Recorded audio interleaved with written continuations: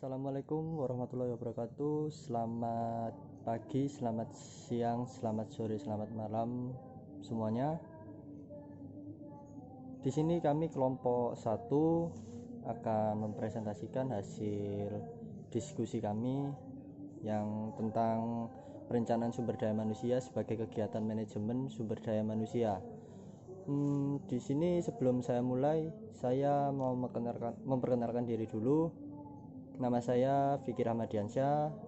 Lalu satu tim saya ada Muhammad Ainun Najib, ada Fada Zaki Novandi, dan juga Sahrul Iza Firmansyah.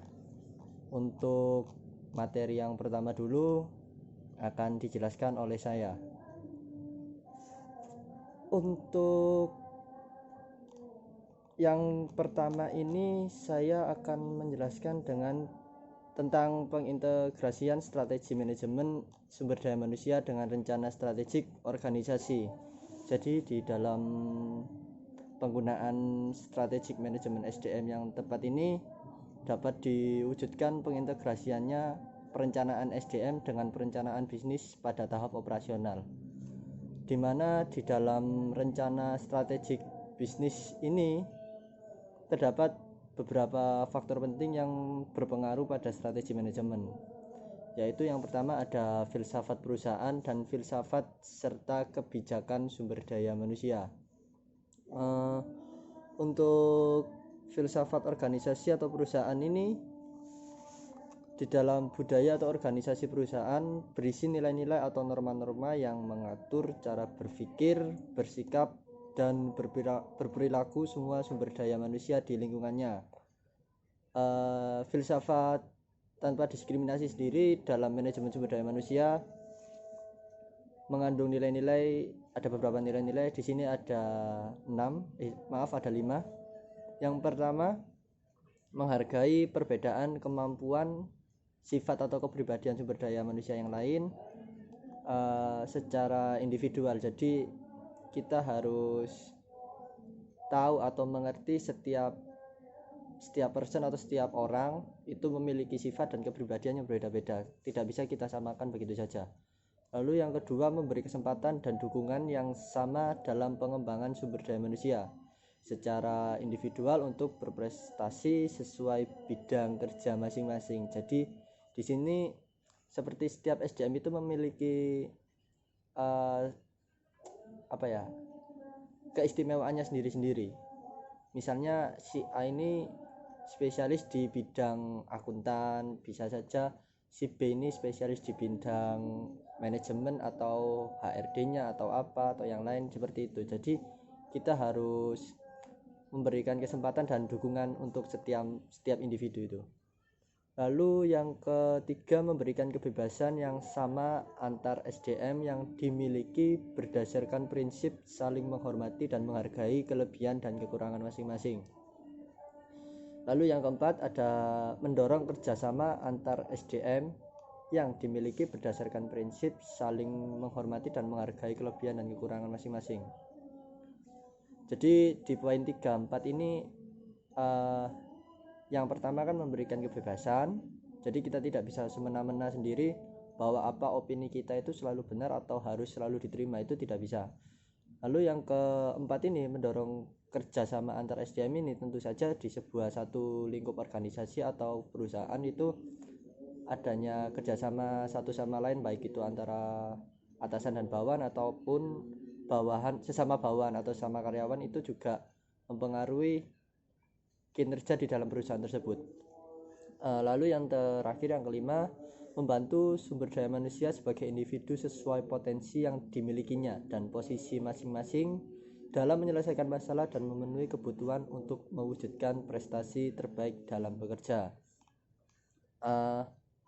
Lalu di tahap selanjutnya ini ada nilai-nilai demokratis yang terdapat di dalam budaya organisasi perusahaan.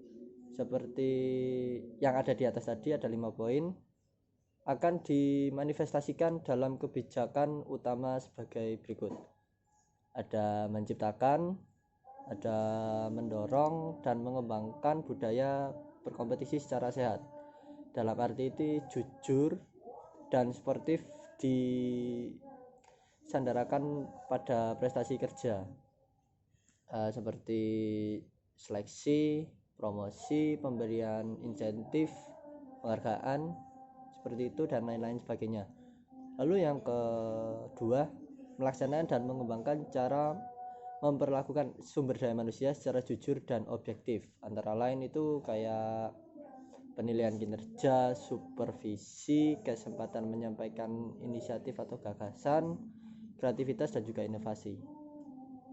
Lalu untuk yang poin pertama tadi kan tentang filsafat perusahaan dan filsafat serta kebijakan sumber daya manusia. Yang kedua ini ada hasil pengamatan iklim dan lingkungan, bisnis, dan program serta kegiatan MSDM. Lalu yang ketiga ada visi, tujuan strategik dan misi organisasi perusahaan serta proses manajemen sumber daya manusia. Dari segi teknis sendiri, tujuan strategik dan sasaran pada setiap tahapan operasional bisnis yang diselenggarakan sebuah organisasi atau perusahaan tiada lain itu daripada mencapai, mempertahankan dan meningkatkan laba kompetitif, meningkatkan. Di samping tujuan lain kayak tujuan sosial dan juga tujuan individu SDM-nya itu sendiri yang dipekerjakan. Sekian dari saya. Mungkin untuk materi selanjutnya akan dijelaskan oleh tim-tim saya yang lainnya. Terima kasih. Sebelum saya melanjutkan ke materi yang selanjutnya, izinkan saya untuk memperkenalkan diri. Saya Muhammad Ainun Najib, NIM 17081021172, ingin membahas tentang pengintegrasian rencana operasional atau RENOP dengan perencanaan SDM.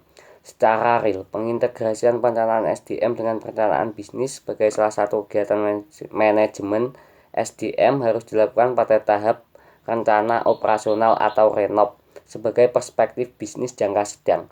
Pada tahap ini, pengintegrasian harus dilakukan secara efektif dan efisien karena RENOP merupakan penjabaran dari tujuan strategi menjadi sasaran bisnis dan misi menjadi kegiatan operasional bisnis untuk jangka waktu yang tidak lama.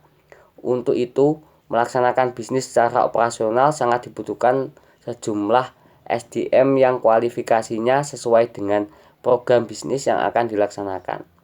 Pengintegrasian dapat dilakukan dengan dua cara. Yang pertama adalah pengintegrasian rancangan atau program bisnis dengan jumlah, jenis, dan tingkat keterampilan atau keahlian SDM.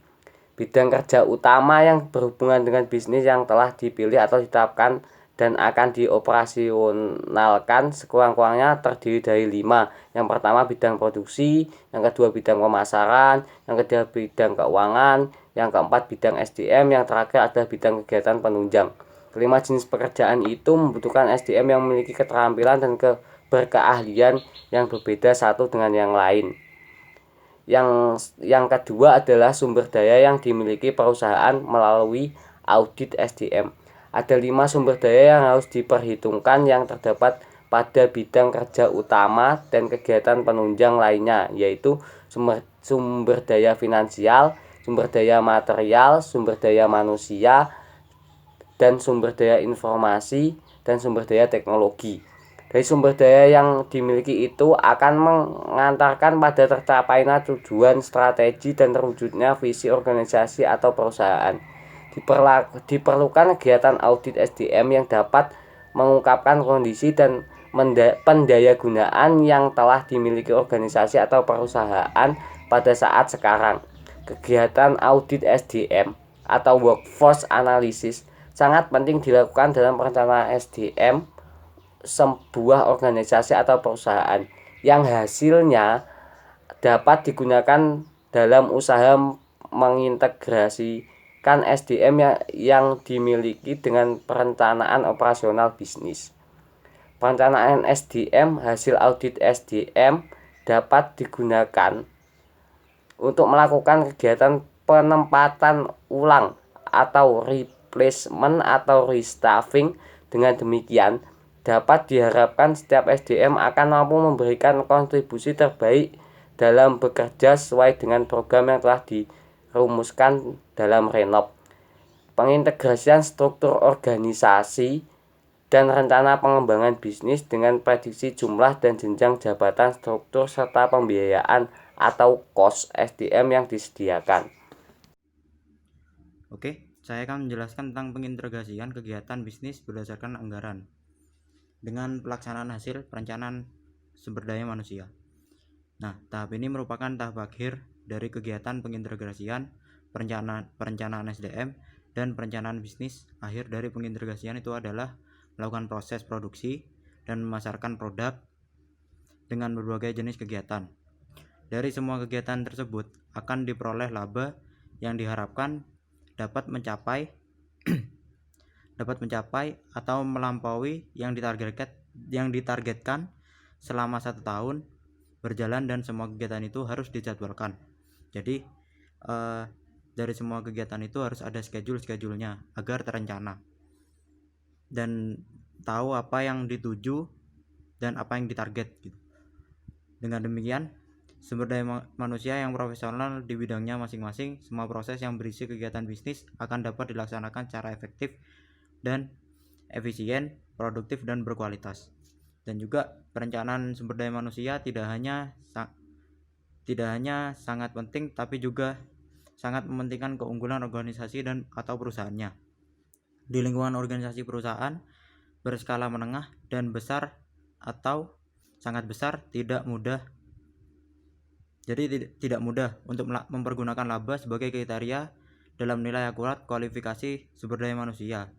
Hasil perencanaan sumber daya manusia terutama baru diangkat untuk itu peranan penilaian kerja atau job performance appraisal sebagai salah satu kegiatan sumber daya manusia menjadi sangat penting, terutama dalam memberikan umpan balik berupa data atau informasi sesuai dan tidak antara kualifikasi sumber daya manusia yang dipergunakan waktu seleksi dengan hasil pelaksanaan pekerjaan setiap pekerja baru.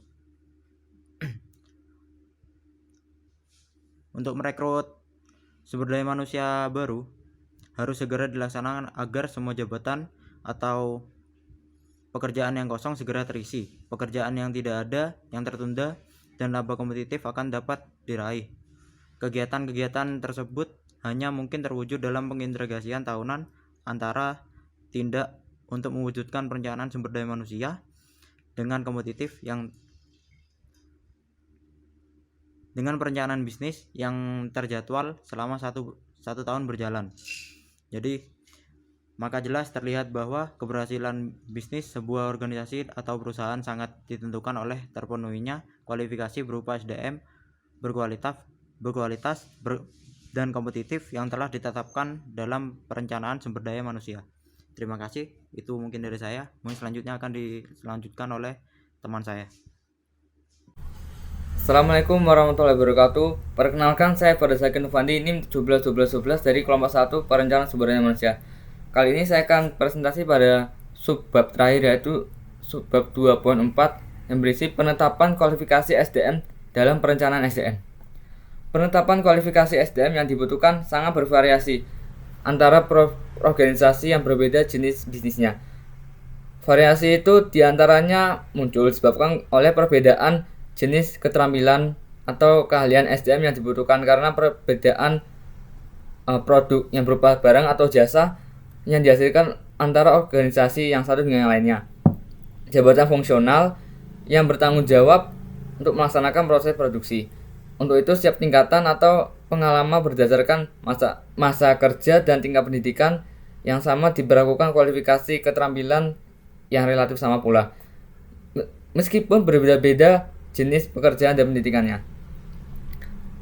Prediksi kualitas SDM yang dibutuhkan oleh sebuah organisasi untuk mengisi jabatan atau pekerjaan kosong hasil prediksi kuantitatif.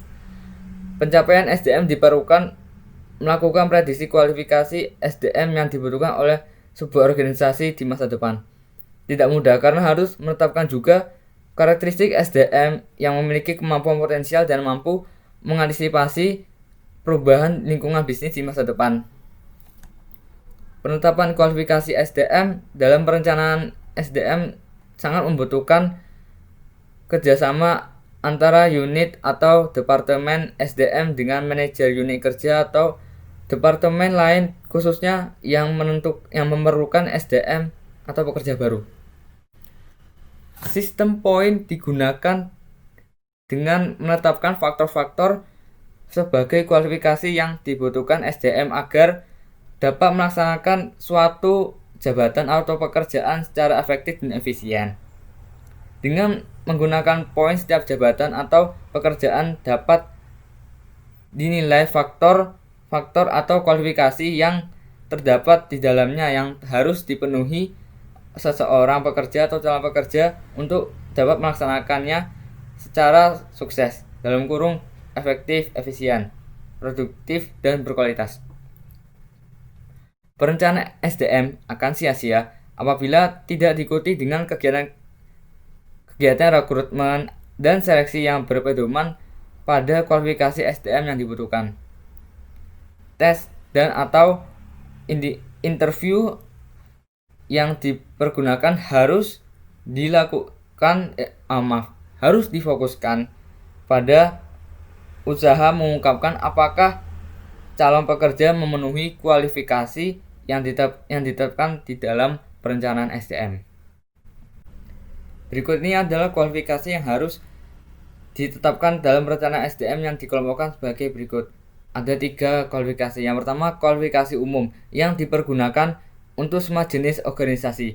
Yang kedua, kualifikasi umum yang ditingkatkan untuk jenis jabatan atau pekerjaan tertentu.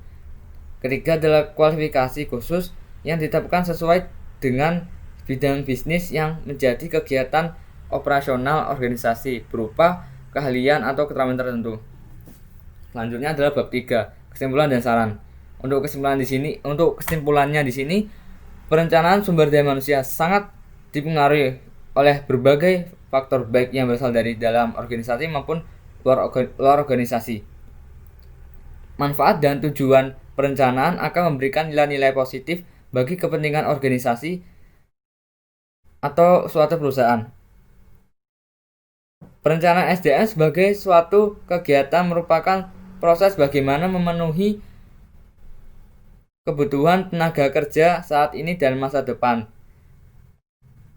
Dalam memenuhi kebutuhan tenaga kerja saat ini, maka proses perencanaan SDM berarti usaha untuk mengisi atau menutupi kekurangan tenaga kerja baik secara kuantitas maupun kualitas.